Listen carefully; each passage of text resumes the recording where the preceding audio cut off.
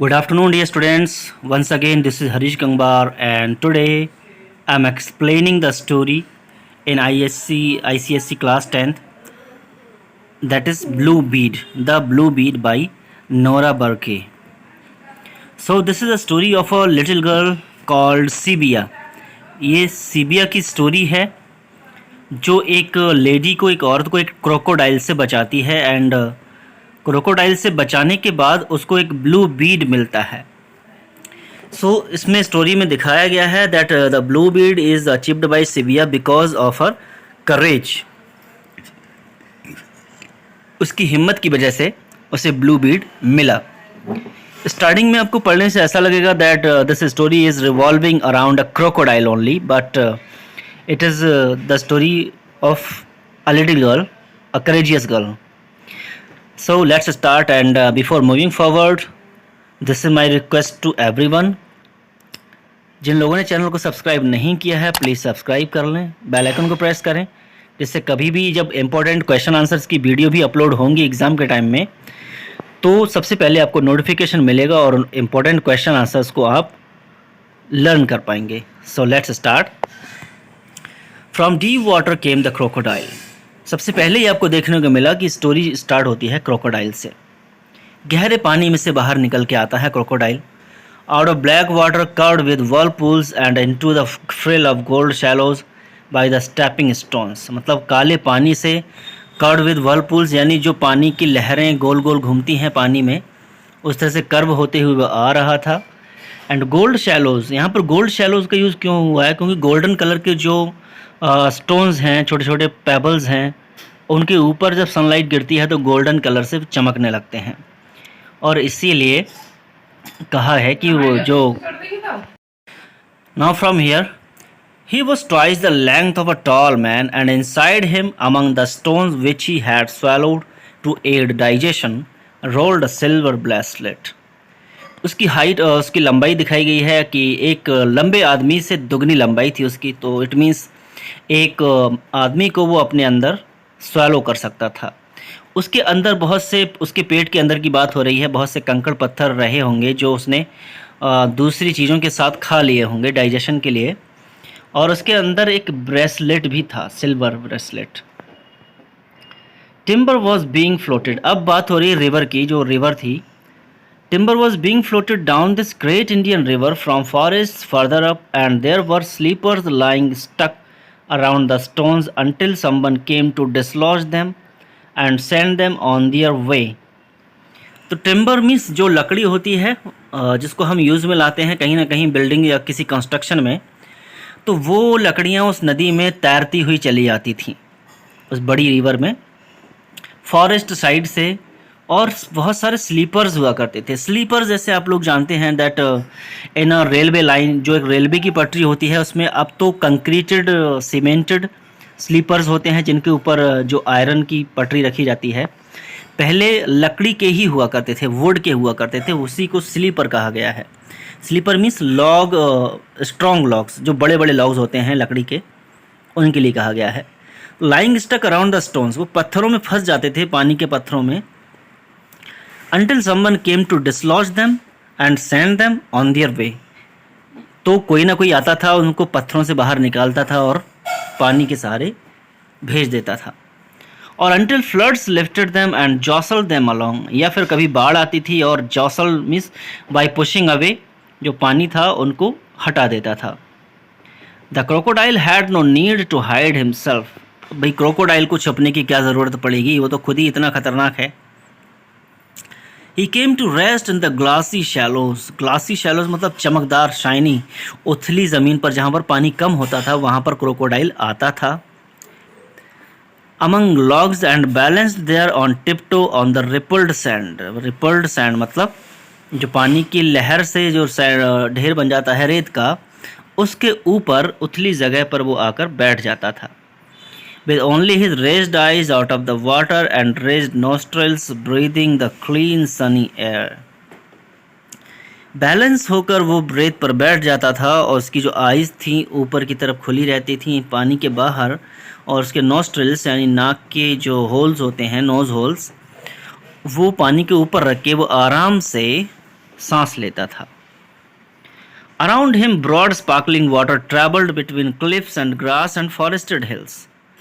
उसके चारों ओर चमकदार पानी, स्पार्कलिंग वाटर मीन्स सनलाइट से वो स्पार्कलिंग होने लगती थी इसमें, क्लिफ्स के बीच में, घास के बीच में, फॉरेस्टेड हिल्स के बीच में से पानी गुजर रहा था।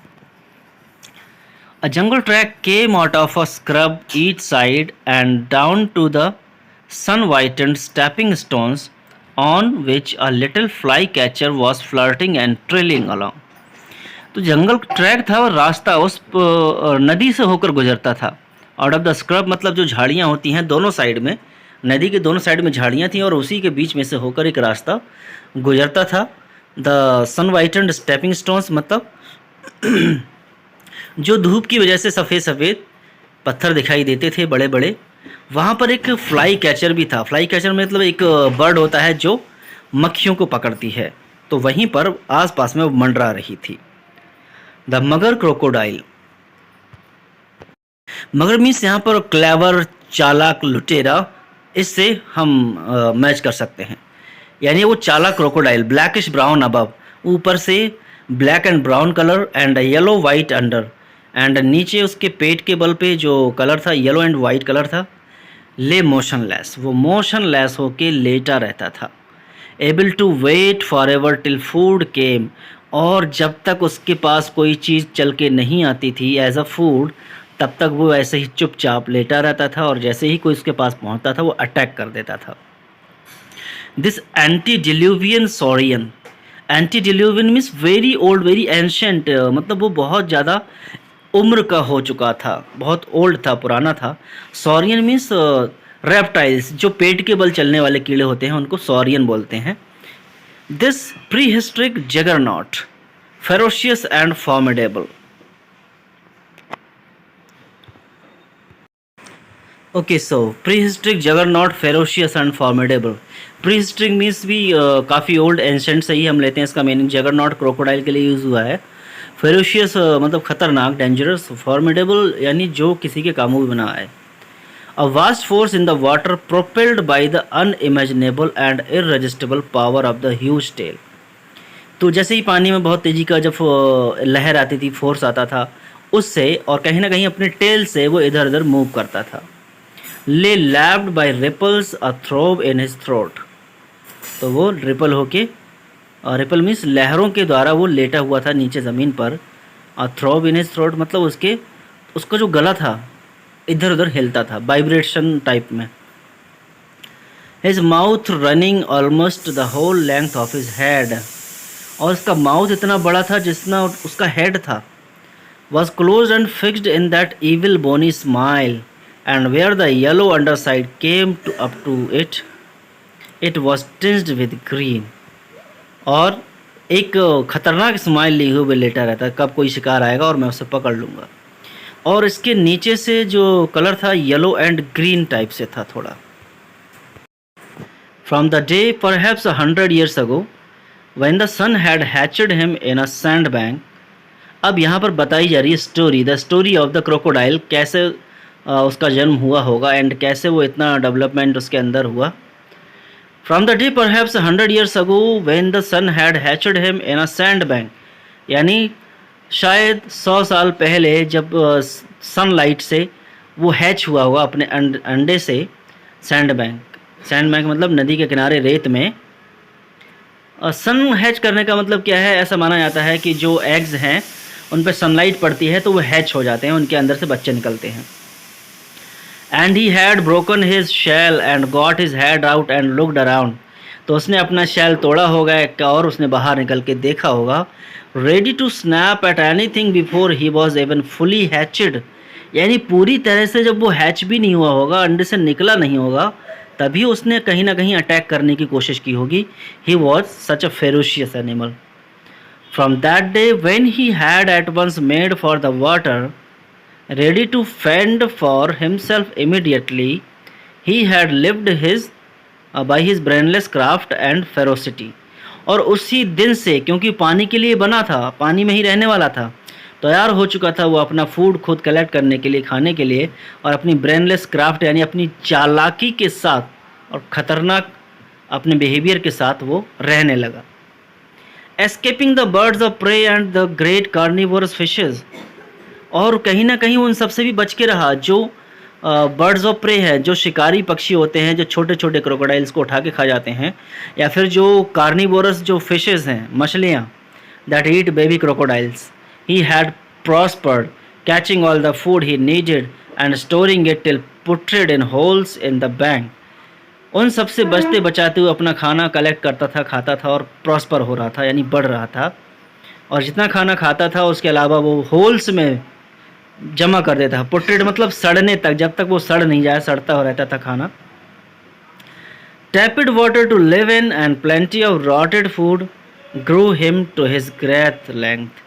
टैपिड वाटर मतलब वो थोड़ा गंदा टाइप का पानी और बहुत सारा सड़ा गला खाना, इन सब चीज़ों से वो काफ़ी पावरफुल हो चुका था, स्ट्रॉन्ग हो चुका था। Now nothing could pierce the inch thick armoured hide. अब इंच थिक मतलब 1 इंच मोटी से ज़्यादा चमड़ी होगी उसकी, और उस पर कोई नॉर्मल वेपन का असर नहीं होने वाला था। Not even rifle bullets which would bounce off, और ना ही राइफल की बुलेट्स भी इस पर काम नहीं कर पाती। Only the eyes and the soft under arms offered a place. अगर कहीं ना कहीं उसको घाव दिया जा सकता था तो उसकी वो आँखें और उसकी अंडर आर्म से अटैक करके उसको मारा जा सकता था। He lived well in the river, sunning himself sometimes with other crocodiles. आराम से वो रिवर में रह रहा था और कभी कभी दूसरे क्रोकोडाइल्स के साथ वो बाहर सनलाइट लेता था। Muggers as well as the long snouted fish eating gharials. तो मगर और जो लंबी लंबी चोंच वाले, लंबे लंबे मुंह वाले जो मछली खाने वाले घड़ियाल्स होते हैं, उनके साथ वो लेटा रहता था। On warm rocks and sandbanks where the sun dried the clay on them quite white, मतलब उनके ऊपर जो मिट्टी या कांप जम जाती थी सूरज से बिल्कुल वो वाइट हो जाती थी सनलाइट से। and where they could plop off into the water in a moment if alarmed, और थोड़ा सा भी अलार्म या इन्फॉर्मेशन, कोई खतरे की घंटी बजने पर वो आसानी से बहुत जल्दी से पानी में कूद जाते थे। The big crocodile fed mostly on fish but also on deer and monkeys and that came to drink, perhaps a duck or two. तो उसका खाना क्या था? मोस्टली तो फिश खाता था, कभी कभी डियर, मंकीज़ जो पानी पीने आते थे उनको पकड़ लेता था, और कभी कभी उससे बतख या डक भी मिल जाती थी खाने को, 1 या 2।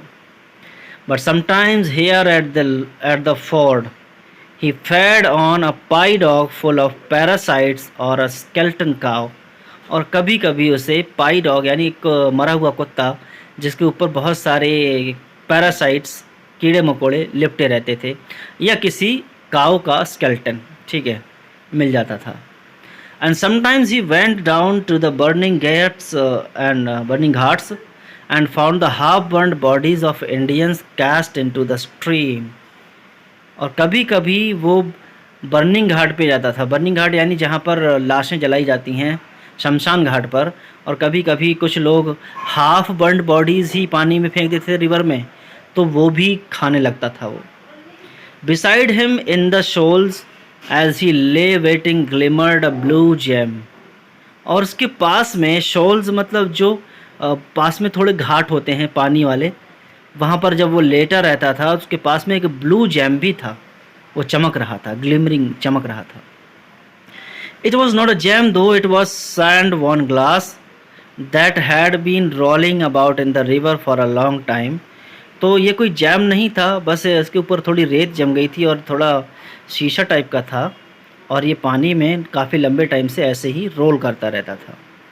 By chance it was perforated right through the neck of a bottle, perhaps a blue bead, और एक बॉटल की नेक के बराबर इसका साइज हो चुका था, और ये एक ब्लू बीड था, यानी एक नीला मोती। ठीक है, आज के लिए इतना ही। अब यहाँ से नेक्स्ट स्टोरी स्टार्ट होगी कि कैसे क्रोकोडाइल एक लेडी को अटैक करता है एंड सिविया उसको बचाएगी, सो यहाँ तक वीडियो देखने के लिए बहुत बहुत धन्यवाद। Thank you and leave a comment please, like the video. Thanks for watching.